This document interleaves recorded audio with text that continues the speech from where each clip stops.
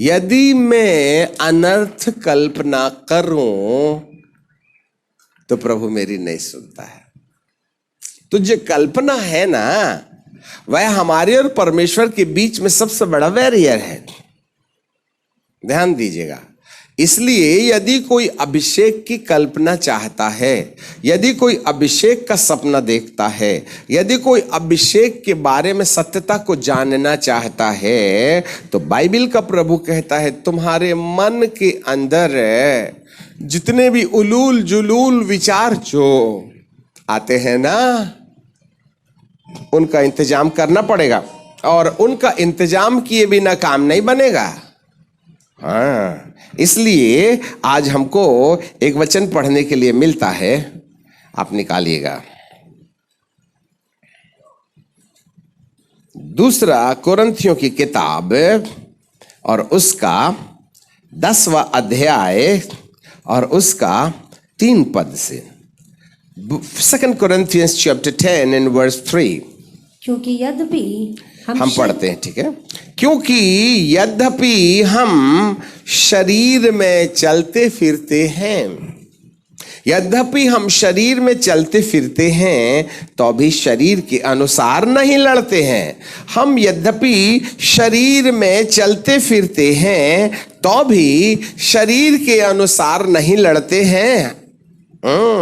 क्योंकि हमारी जो लड़ाई है उसका जो रास्ता है, लिखा है यद्यपि हम शरीर में चलते फिरते हैं तो भी शरीर के अनुसार नहीं लड़ते, क्योंकि हमारी लड़ाई के हथियार शारीरिक नहीं हैं, पर गढ़ों को ढा देने के लिए परमेश्वर के द्वारा सामर्थी हैं। गढ़ों को ढा देने के द्वारा परमेश्वर के द्वारा सामर्थ नहीं, सामर्थी, माइटी, माइटी, पावर नहीं, mighty. There is a difference between the power and the mighty. सामर्थ और सामर्थी में अंतर है।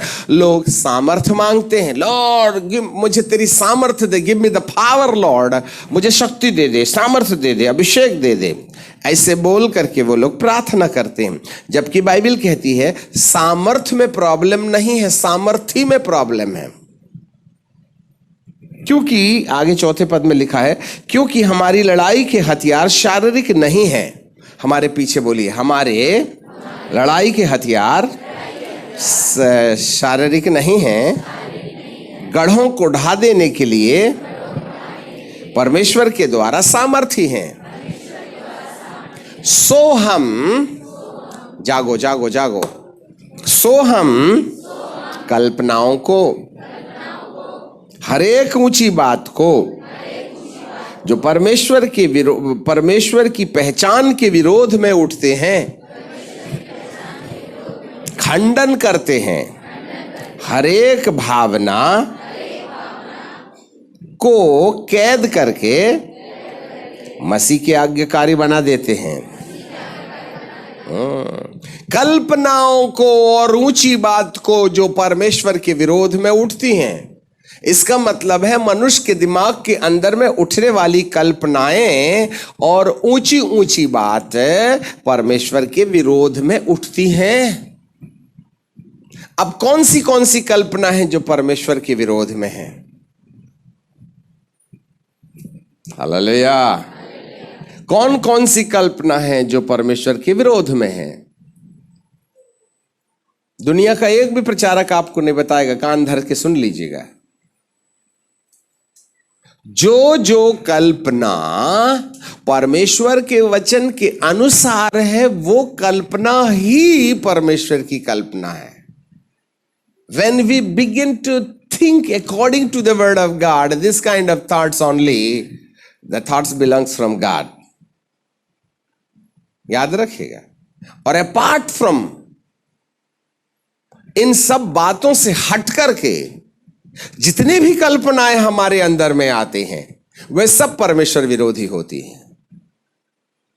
इन बाहर वाली कल्पनाओं को बाइबल के अंदर जो कल्पनाएं हैं, बाइबल के अंदर जो विचार है, उस विचार से हटकर जो भी विचार होगा उनको भी 2 भागों में बांटा जा सकता है। पहली विचार जो है हमारी शारीरिक मानसिक आवश्यकता है। ठीक है, जैसे मुझे गर्मी लग रही है तो मुझे पंखा चाहिए। ये मोबाइल से हल्ला हुआ तो मैंने तत्काल टर्न ऑफ कर दिया। ये मेरी कल्पना है। जब मेरे गले में कुछ खराश महसूस होने लगती है तब मैं तो पानी पीने की कल्पना आवश्यकता है, इसको शैतानी नहीं बोल सकते। अरे बाप रे प्रचारक देख बीच में पानी पीने लगा, शैतान ने इसको पानी पिलवा दिया। अरे शैतान ने नहीं पिलाया, मेरे गले ने पिला दिया। सूख रहा था ना। इसलिए हर कल्पना को शैतान के साथ मत जोड़िएगा। अब पैर में चुभ रहा है तो मुझे तो देखना पड़ेगा नीचे। देख शैतान प्रचार करते करते पादरी नीचे देख रहा है। आज जब मेरे पैर में सुई गड़ रही तो देखूंगा, नहीं तो क्या करूंगा, घुसने दूंगा पैर के अंदर? नहीं ना। तो हमारी शारीरिक आवश्यकताओं के आधार पर जो भी विचारधाराएं आती हैं वे 10 से 20% होती हैं, 10 से 20% होती हैं। जिनका आना जायज है। दरवाजा किसी ने खटखटाया, कल सुबह शायद नीचे कुछ काम चल रहा था, धुप धुप धुप धुप धुप धुप आवाज आ रही थी, अभी भी आ रही है बीच में। तो कुछ लोग गए और जाकर के देख के आ गए। ये आवश्यकता है कि शोर मत करो, अच्छे से समझिएगा। गर्मी लग रही है तो एसी चला दीजिएगा। ये शैतान का काम नहीं है, हमारे शरीर की आवश्यकता है, इसमें रियलिटी है। हाँ, पर जो 80% कल्पनाएं जो मनुष्य के दिमाग के अंदर आती हैं, ध्यान से सुनो, 80% कल्पनाएं जो मनुष्य के दिमाग के अंदर आती हैं, यहां बैठे रहने के टाइम पर यदि वो आ रही हैं, जिसका शरीर की आवश्यकताओं के साथ में कोई रिश्ता नहीं है, उसके बाद भी यदि वो आ रही हैं, तो मान के रखना जरूर ये न तो परमेश्वर की ओर है, न हमारी आवश्यकता की ओर से है। तो फिर हो कहां से सकती है? उसका नाम लेना हमको अच्छा नहीं लगता। समझ रहे हैं? हाँ, वह मन को भटका देता है। कितने बज गए, कब मिलेगा पूड़ी छोला? ठीक है, समझ रहे हैं बात को? हाँ, कौन ले गया तुमको पूड़ी छोला की तरफ में? ये आपका पेट नहीं है। हाँ, आपको मालूम है कि जब 2-2:30 बजे खाना मिलेगा तो अभी से याद करके तुम जीभ से पानी क्यों टपका रहे हो? समझ रहे हैं बात को? इसका मतलब जरूर कोई टेंशन दे रहा है आपकी जीभ को, इसलिए बार बार घड़ी देख रहे हैं। जिसको बार बार घड़ी देखने की आदत है वो सही दिमाग में नहीं है। Something is wrong with him. घड़ी हम देखें, आप नहीं। हम होश में हैं, बेहोश नहीं हैं। इसलिए आप हमें बार बार देख करके याद मत दिलाओ कि ओवर टाइम हो गया है। समझ रहे हैं बात को? हालेलुया। जाग रहे हैं? कितनी बेफिजूल की कल्पनाएं आती हैं। बाइबल कहती है वही है जो आपको परमेश्वर से दूर ले जाने में आपकी मदद करती है। वही है जो आपके अभिषेक को आपके अंदर आने से रुकावट पैदा करती है। कल हमने बोला था अभिषेक कोई बड़ी चीज नहीं, 5 मिनट का काम है। नल खोलो, भड़ भड़ भड़ भड़ पानी गिरेगा, पर रखिएगा कहां? पॉलिथीन में 10 लीटर नहीं ना आएगा, वो तो 100 ग्राम की पॉलिथीन है। पात्र तैयार किया जाना हमारी सबसे बड़ी जरूरत है। अभिषेक को पाने की सूझबूझ पैदा करना सबसे बड़ी जरूरत है। आज अभिषेक के लिए तो दीवाने हैं लोग, पागल। अनॉइंटिंग अनॉइंटिंग अनॉइंटिंग अनॉइंटिंग, पर रखिएगा कहां? हमको मालूम है मैं अभिषेक आज दे भी दूंगा तो कल खुद ही लात मार के उस सुराही को तोड़ के नीचे गिरा दीजिएगा और उसके बाद में मेरा तेल खो दीजिएगा। तो तुम्हारा क्या गया? तुम तो आदतन पैर मारने के आदी हो। तुमको तो सुराही तोड़ने की आदत बनी हुई है। हम तुम्हारे लिए अभिषेक मांगते रहे और तुम घर जाके खोते रहिएगा। अभिषेक तो पिछले साल भी हुआ था ना, पहले उसका हिसाब लाओ फिर देंगे नया वाला, प्रभु जी कहते हैं। तुम तो 2 दिन में घुमा देते हो। और ये प्रकरण बड़े लंबे समय से चल रहा है, कोई विचार नहीं करता इस बात पर। हालेलुया। और आपको मालूम हो जो प्रभु अभिषेक देता है वो घटता नहीं। तो कल वाला गया कहां? नहीं, खर्चा हो गया। कोई नोट थी क्या कि बाटा के जूते थे नीचे से घस गए? तुम्हारा घसे बाटे का जूता, तुम्हारे फ्रॉक और पैंट कमीज फटे, मेरे परमेश्वर का अभिषेक नहीं फटता। उसने यहेजकेल की किताब में लिखा है कि मंदिर के दक्षिण अलंग से पसीजने वाला पानी जब देवड़ी से बाहर आ गया तो सोता बन गया, और 1000 हाथ के बाद में टखने तक पानी हो गया, फिर अगले 1000 हाथ में वो घुटने तक हो गया, अगले 1000 हाथ में कमर तक हो गया, अगले 1000 हाथ में तैरने लायक नदी बन गया, अगले 1000 हाथ में वह इतना बड़ा समुद्र बन गया कि आज तक धरती में कोई भी मनुष्य समुद्र को तैर के पार नहीं कर गया। अरे ये तो बूंद बूंद पानी था ना, ये समुद्र में बदल कैसे गया? अब घटते हुए क्रम में है कि बढ़ते हुए क्रम में है? बढ़ते हुए क्रम में है ना। तो हमारे अंदर में आया हुआ अभिषेक बढ़ते बढ़ते जाना चाहिए कि खलास खलास होते जाना चाहिए? तो कल वाला कहां है पहले बताओ? कल वाला अभिषेक गया कहां तुम्हारा? वो तो बूंद को सोता और सोता को टखना और टखना को घुटना और घुटना को कमर, कमर को नदी और नदी को समुद्र बनाने वाला परमेश्वर है। अरे रोटी तो 5 ही थी ना, तो फिर 12 टुकने बचे कैसे?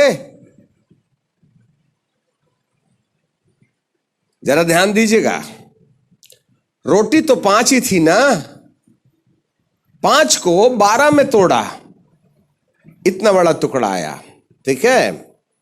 और ये रोटी का टुकड़ा है, और चेले ने तोड़ करके इतना बड़ा टुकड़ा तोड़ करके जैसे ही दिया, उठ के खड़ा हुआ तो फिर उतना ही बड़ा हो गया। फिर उसने तोड़ करके इतना बड़ा टुकड़ा किया और झुक करके जब खड़ा हुआ तो फिर से इतना बड़ा हो गया। और ये वाला टुकड़ा, इतना बड़ा टुकड़ा वो खाते गए, करके खा के जैसे अनु किया ना, तो देखा तो जितना पहले था उतना ही बड़ा था। फिर तोड़ के खाया, फिर तोड़ के खाने के बाद में देखा तो टुकड़ा इतना ही बड़ा था। खाते गए, परंतु ये घट ही नहीं रहा है, उतने ही साइज का है। आखिरकार पेट से डकार की आवाज आई, तू नहीं निपटा सकता इसको, टोकने में डाल दे। तो चेले ने जितना बड़ा टुकड़ा लेके निकला था ना, आखिरी में 50वें व्यक्ति के पास में गया तो टुकड़ा इतना ही बड़ा था। और इन्होंने जो खाना शुरू किया तो खाते गए पूरा यहां तक आ गया, परंतु बचा हुआ टुकड़ा भी उतना ही बड़ा था जितने पहली कौर में, पहले बार बाइट में, फर्स्ट बाइट में जितना बड़ा था उतना ही बड़ा आखिरी में भी बच गया। पेट फुल हो गया। इसका मतलब प्रभु जो देता है ना वो कम नहीं होता, उसका साइज घटता ही नहीं है, उसका साइज वैसे की वैसे रहता है। तो अगले साल का अभिषेक पहले बताइए गया कहां? वो तो बूंद से सोता और सोता से टखना, टखने से घुटना और घुटना से कमर, कमर से नदी और नदी से। अब आप बताइए, कल हम 1.5 क्विंटल दिए थे, अभी 1 छटाक भी नहीं बचा। तो उल्टी गिनती गिनना शुरू करो, परमेश्वर को समझो अच्छे से, अपने पात्र की तैयारी करो। और ये छेद होता है हमारे पात्र में हमारी कल्पनाओं से। देखो मास्टर की हम आपको दे रहे हैं, और ये गढ़ है शैतान का। हाँ, इट्स अ फोर्ड, और हमको उस गढ़ को ढाना है। और वो गढ़ है हमारी कल्पनाओं में, वो गढ़ है हमारी ऊंची ऊंची बातों में। और जब एक व्यक्ति अपने मन के अंदर में बिना काम वाले विचार आने जाने देता है, ऐसे समय में आपके पॉलिथीन के अंदर छेद हो जाता है। ऊपर से तेल डालते रहिए, नीचे से तुर बहते रहेगा। That's happening. तुम खाते हो, पेट भरता नहीं, तुम खाते हो, पेट भरता नहीं, तुम पहनते हो, गरमाते नहीं, अपनी कमाई को तुम छेद वाली थैली में रखते हो। बात यही तो है। और छेद सिलने वाला कोई है नहीं, ऊपर से दान डाल दो आप, भले ही नीचे गिर जाए, घर पहुंचते खाली थैली पहुंचती, सारे सिक्के रास्ते में गिर जाते हैं। यही हो रहा है सदियों से आज कलीसिया के साथ। ये समस्या आपकी नहीं है, संपूर्ण धरती के अंदर में पाए उन तमाम भक्तों की है जिनको ये शिक्षाएं नहीं मिली। कि वे अपनी कल्पनाओं को जो गढ़ की तरह उनकी जिंदगी में खुदा की खुदाइयत से दूर ले जाने का उपाय करती हैं, उसकी रिपेयरिंग की जाती। हम खाते तो हैं पर पेट भरता नहीं। चेले लोगों ने भी तो खाया तो पेट तो भर गया था, पर रोटी तो खत्म नहीं ना हुई थी, इसलिए तो 12 टोकने टुकड़े बचे थे। मेरे प्रभु को आज से आपको उल्टे तरीके से समझना पड़ेगा। आज आशीष दिए कल चली गई, आज आशीष दिए कल चली गई, आज आशीष दिए कल चली गई। जबकि हमको यह कहना चाहिए, कल तूने 10 किलो दिया था प्रभु, आज 20 किलो हो गई, परसों के दिन 30 हो गई, नरसों के दिन में 40 हो गई। हे प्रभु अब अभिषेक मत दे, पहली वाली खत्म नहीं हुई, अब मैं क्या करूंगा, अभिषेक रखने के लिए जगह नहीं है। आए दिन बढ़ती जाती है, बढ़ती जाती है। इतना ही नहीं खर्च होता तो मैं और तेरे से क्या ले लूं, पर आप तो लाइन लेके खड़े हो अभिषेक के लिए। हालेलुया। सोचना तो पड़ेगा इस बात पर। कौन है जो तुम्हारी आशीषों को चोरी कर रहा है?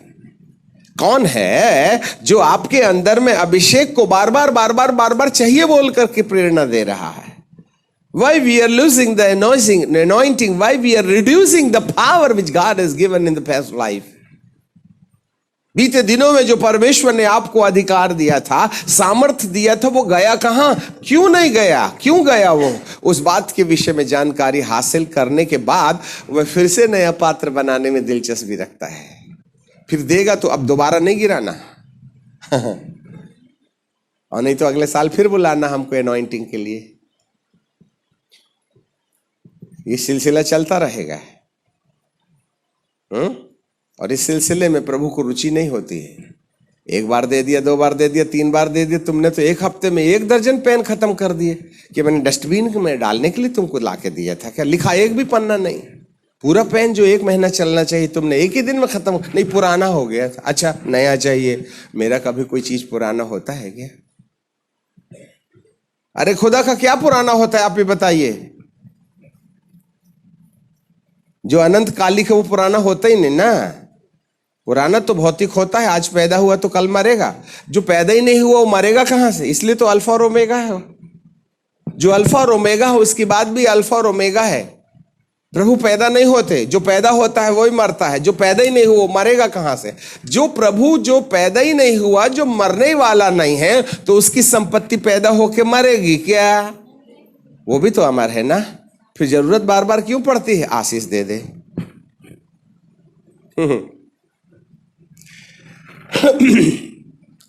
आपको थोड़ा उच्च स्तरीय दिमाग से सोचना पड़ेगा।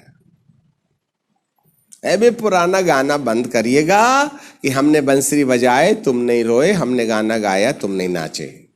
ये बच्चे थे 2 जो रोड पर बैठ करके झगड़ा कर रहे थे। हमने नाचा, हमने गाना गाया, तुम नहीं नाचे, हमने बंसरी बजाया, तुम नहीं रोए। खलीसिया कुछ ऐसे बच्चे के समय बचकाना कर रही है। बाइबल का प्रभु कहता है, गढ़ों को ढा देने के लिए मेरी नहीं तुम्हारी जरूरत है। हमारी लड़ाई के हथियार शारीरिक नहीं है, वरन गढ़ों को ढा देने के लिए परमेश्वर के द्वारा सामर्थ्य है।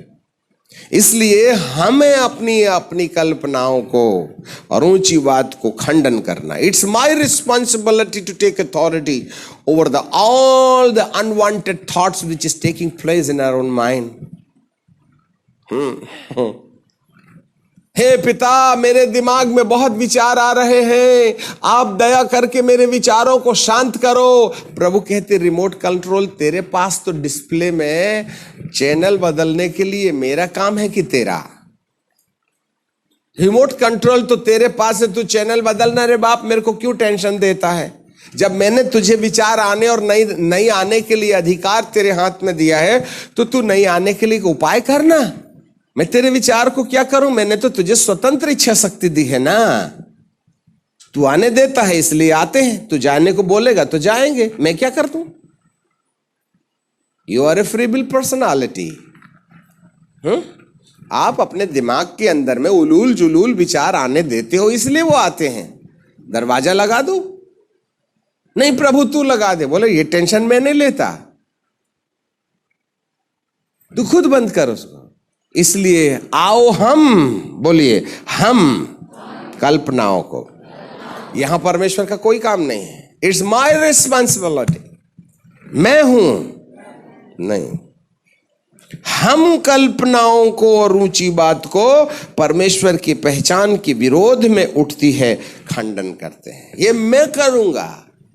आप वो है जो अपने दिमाग के अंदर में आने वाली कल्पनाओं को आने से रोकना है। परमेश्वर आपकी कोई मदद नहीं करेगा इसमें। God is not going to help you in this matter. और भावनाओं को भी कैद करना है। ये मैं करूंगा, वो नहीं करेगा। मेरी भावना के ऊपर में परमेश्वर अधिकार नहीं रखते हैं। मैंने भावना तुम्हें फ्री विल में दिया है।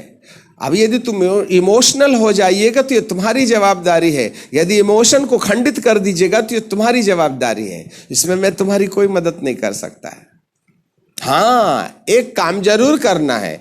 जब तुम कल्पनाओं को और ऊंची बात को और भावनाओं को कैद करके खंडित करके जब मेरे प्रति मसीह के आज्ञाकारी, जब तुम मसीह के अधीन कर दोगे, तब मसीह इस खाली मन के अंदर में अभिषेक का नतीजा क्या है वो तुमको दिखा देगा। हालेलुया। अब मन चले कहां? घास खाने घोड़े समान। तो पवित्र आत्मा तुम्हारा दिल कैसे बदले हो तो उसको भी नहीं समझ में आए तो हमको कहां से आ जाता। हाँ। उसका पार्ट वो करने को तैयार है, पर तुम्हारी जो जवाबदारी है उसको तो आपने निभाना पड़ेगा ना। और यदि आप अपनी जवाबदारी निभाने को तैयार नहीं हैं तो वह चाह करके भी तुम्हारे साथ कोई काम करना चाहता होगा तो वो नहीं कर पाएगा। Pin point. और मन की कल्पनाओं को कैद करना और अपनी भावनाओं को खंडित करना, इस सिस्टम को हमें अपनाना है और इसे हम कहते हैं ध्यान। अब आप बोले सर क्या ध्यान? क्या बोले हमने? अरे ये तो बाहर वालों के लिए है। तुमने बाइबल में कहां से घुसा लाए? ध्यान मतलब मेडिटेशन है ना। अरे सर ये हमारी संपत्ति है, चोर चुरा के ले गए, करोड़पति बन गए, तुम प्लास्टिक का कटोरा लेके रोड के किनारे खड़े हो। इसी ध्यान का दुरुपयोग कर रहे हैं भूत लोग और मट्टी को फेंकते और सोना बना देते हैं।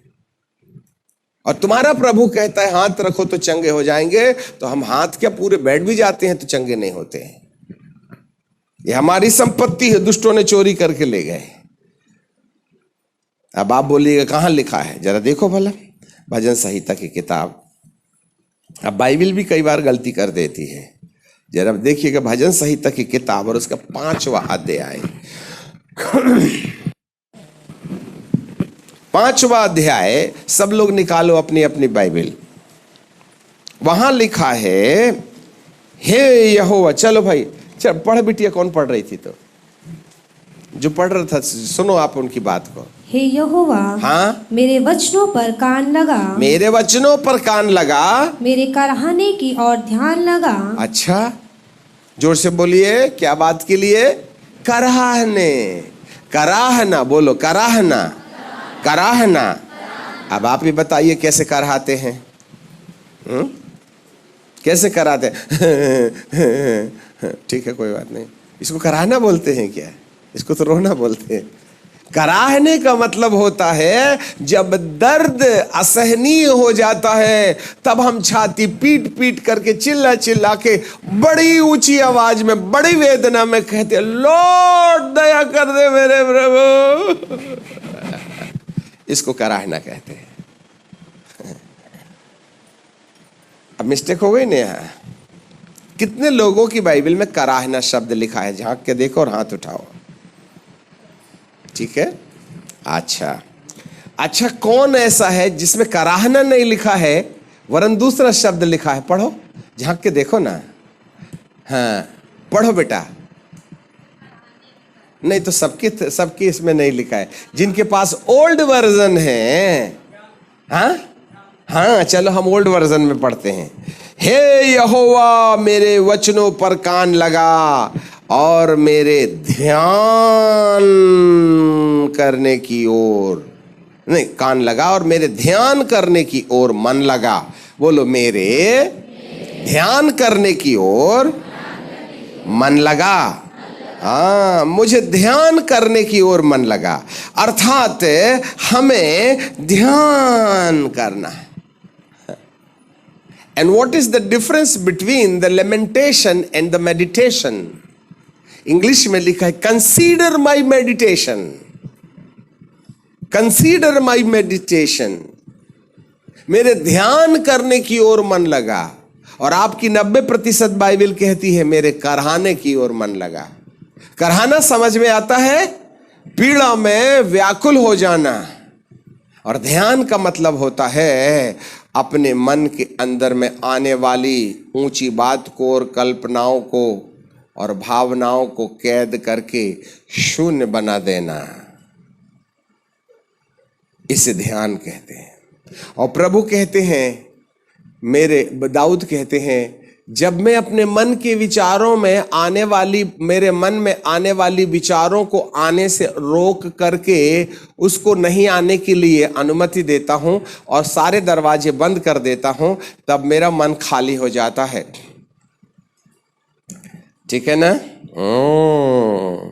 Praise the Lord. जाग रहे हैं? अब एक उदाहरण हम आपके सामने लाना चाहते हैं। आप में से किसी के पास पेन है क्या? जरा दे दीजिएगा, ठीक है ना? ओके, ठीक है। जरा स्केच वाला है? चलिए ठीक है। अब यहाँ पर मैं एक पेपर में इतना ढेर सारा ऐसा करके हाँ, ये जरा देखिएगा। अब मैंने इस तरीके से, थैंक यू,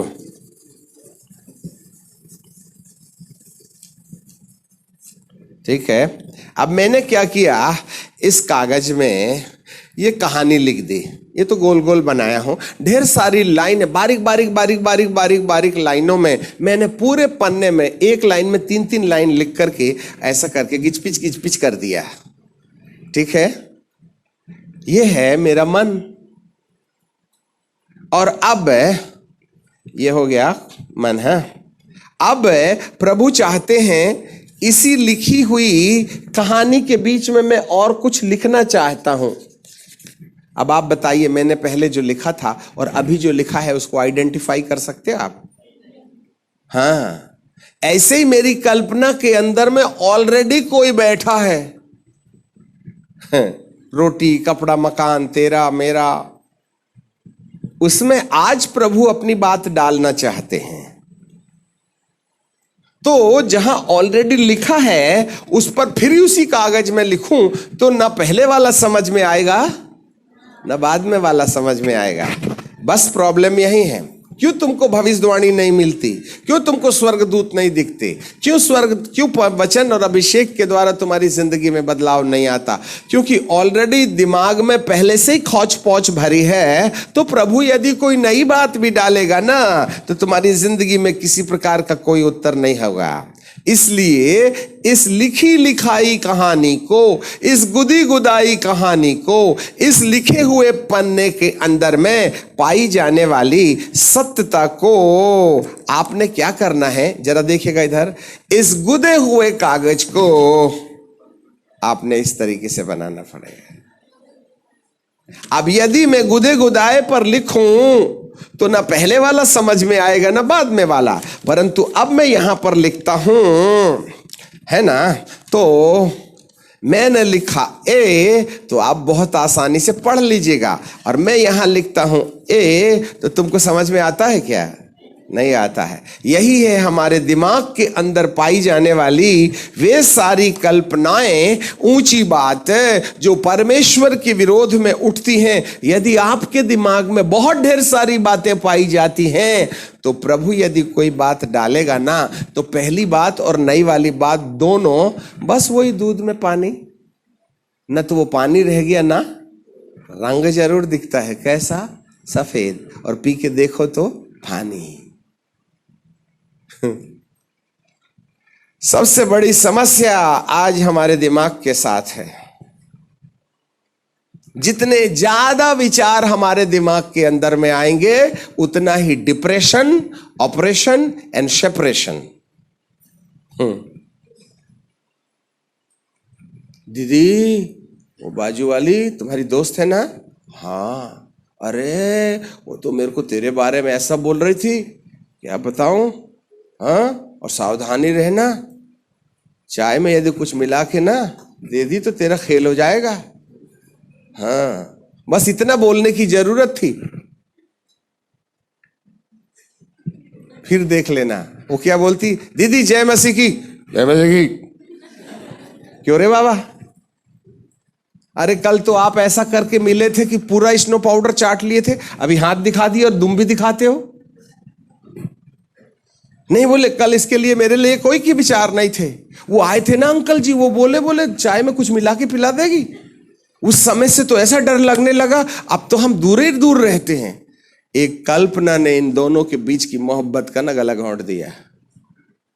यही है शैतान, आखिर ऐसा नहीं करता है, वो बहुत छोटी सी बात आपके दिमाग में डाल देता है, फिर आपसे आप ऐसा करते हैं। कितनी बेफिजूल की बात सुनते हो आप किसी व्यक्ति के बारे में, और कितनी बेफिजूल बात आप बोलते हो जिसका असर आज नहीं होता है। सुनने वाले गंदी बात सुनकर के बिगड़ जाते हैं, और यह उस नासुर के समान होता है जिस कैंसर का कोई इलाज नहीं होता है। फिर ये दीदी जितना भी स्पष्टीकरण दे दे वो पहले के समान प्यार नहीं कर सकती, क्योंकि अपने को आइडिया हो गया है कि चाय में कुछ मिलाने वाली है। फिर जो प्रमाण देना है, बोले गरम तवे में भी बैठ जाए ना तो हमको यकीन होने वाला नहीं। एक बार पति जो था ना, ऐसे बेचारा ऐसा करके है ना, और वहां खिड़की से ठंडी हवा आ रही थी तो बेचारा यूं बाल सुखा रहा था। इतने में फिर से ऐसा किया उसने। इतने में आई पत्नी, बोले अच्छा ऐसा कर रहा है। अरे बाप रे, इस खिड़की के सामने वो वाली खिड़की है क्या? वो ऐसा कर रहा था क्या? कहीं लाइन तो नहीं मार रहा है? बस एक बार आपके दिमाग में कंघी करने वाला आइडिया, और लकीली यदि उस खिड़की के सामने कोई खिड़की है और यदि उसी की तरफ करके यूं कर रहे थे, इसका मतलब है इसकी नींद गायब। फिर झाड़ू और बेलन के अलावा और कोई कार्यक्रम नहीं रहेगा। समझ रहे हैं बात? इसमें रियलिटी क्या है आप ही बताइए। वो तो हवा के चक्कर में बेचारा बाल सुखा रहा था, पर इसको तो टेंशन हो गया। फिर उसके बाद में फिर देख लेना, फिर इनकी मरे तक नहीं बनती। देख ली बहुत हो गया, मेरे साथ धोखा हो गया। अरे बाल सुखाने का क्या? आपको क्या लगता घर में कौन घुस गया?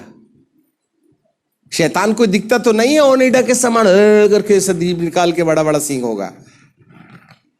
वो कल्पना है जो आपके दिमाग में एक बार आ जाती है ना, तो अच्छे अच्छे घरों में आग लग जाती है, धुआं निकल जाता है।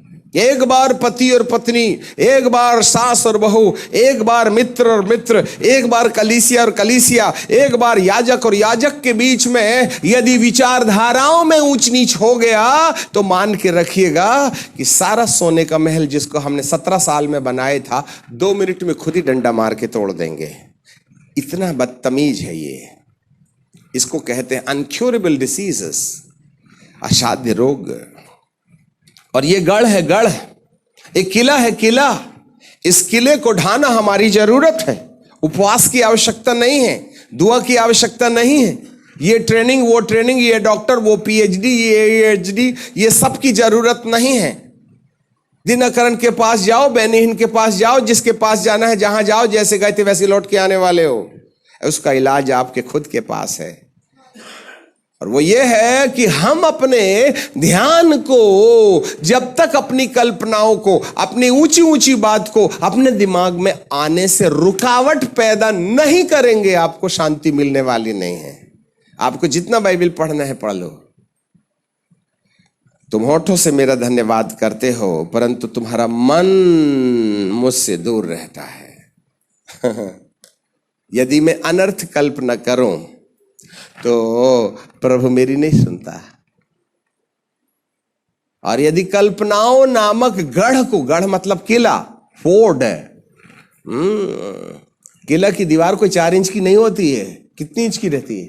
लाल किला तो देखा ही होगा, कोई अजनबी तो हो नहीं दिल्ली में आप हैं। 20-20 फीट मोटी दीवारें रहती हैं, ऊपर रथ चलते हैं, रथ। और उसकी कॉर्नर वाली भी इतनी ऊंची रहती कि गोला भी फेंके तो टूटने वाली नहीं, पत्थर की है, कोई प्लाईवुड की नहीं है, जिसके बीच बीच में छेद रहता है। और आप उसको तो देखते हो परंतु सामने वाला नहीं देखता। और हर एंगल में अलग अलग तरीके से, अलग अलग एंगल में छेद होते हैं, जिसमें आंख और गोली बंदूक जा सकती। शैतान भी ऐसे किला बांध के रखा है कि देखते हैं इनकी आशीष आती कैसी है। और आ भी गई तो उस समय हाथ धो के लग लेता, अरे बाबा आज अभिषेक मिलने वाला, सब गेट के बाहर खड़े रहना, घर तक नहीं जाना चाहिए इनकी आशीष।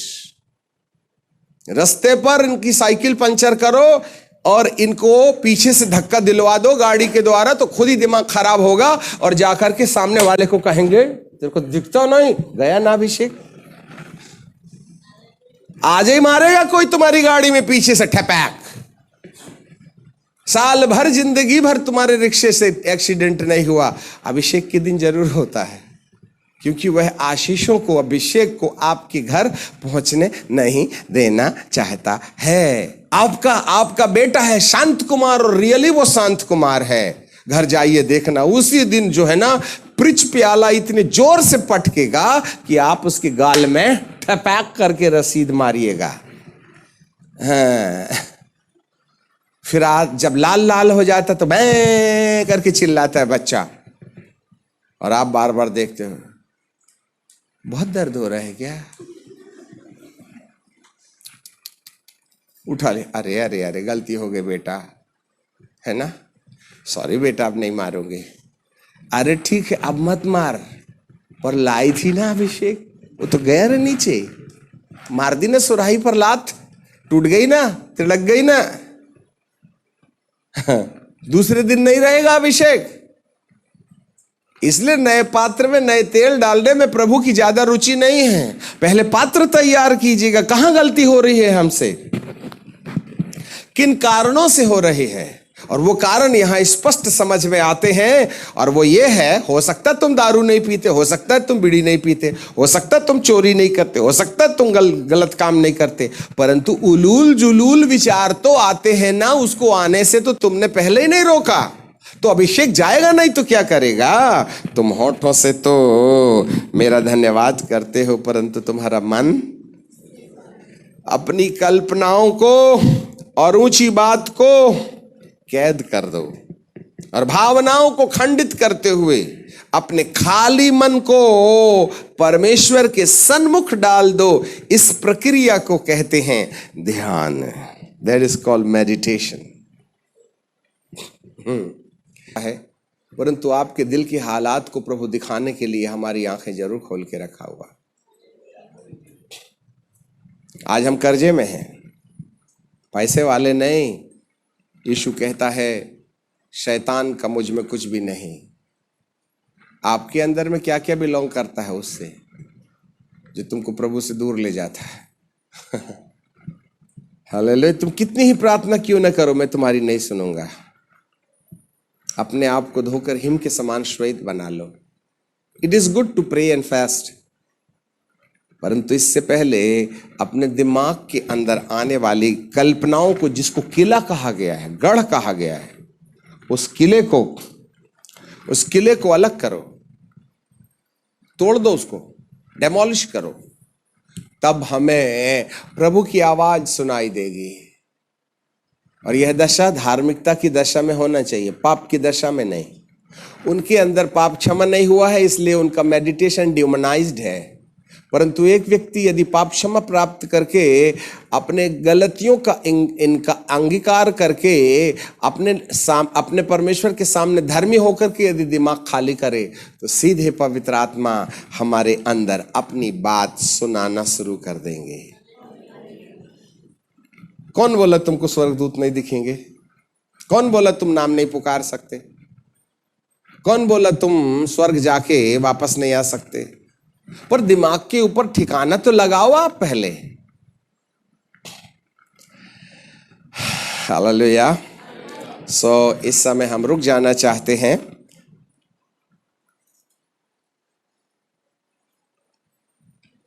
थोड़ा आज यहीं बैठे बैठे, अभी 10 मिनट हमारे पास बकाया है, थोड़ा आंख बंद करके अपने दिमाग में क्या आ रहा है, क्या जा रहा है, उसको जरा देख के देखो ना। अपने दिमाग में क्या आता है और क्यों आता है, और आता है तो जाता क्यों है। कल्पना मतलब आंखों में चित्र का दिखना। हम आंख बंद करके भी कुछ कुछ देखते हैं पिक्चर के समान।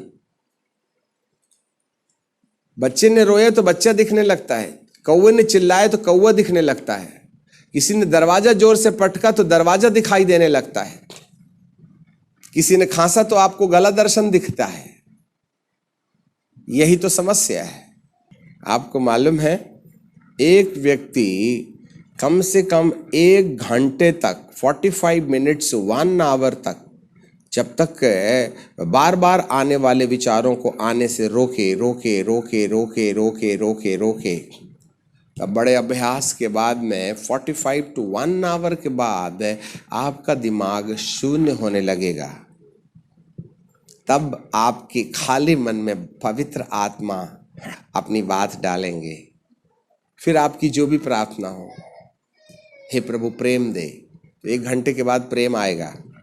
शांति दे, तो 1 घंटे के बाद शांति आएगी। तुम तो 15 मिनट में दुआ करके खाली पीली हुए ही नहीं और भर गए बोल के चले गए। यही तो बात है। इसलिए हमको कुछ मिलता नहीं है, टेंशन में रहते हैं आज विश्वासी लोग। अभिषेक मतलब पवित्र आत्मा आपके जीवन में उस समय जब आपका मन खाली हो जाए, तब ईश्वरत्वता का अनुभव देता है। Then God will put His thoughts, His divine experiences when you will become empty in your mind. Praise the Lord.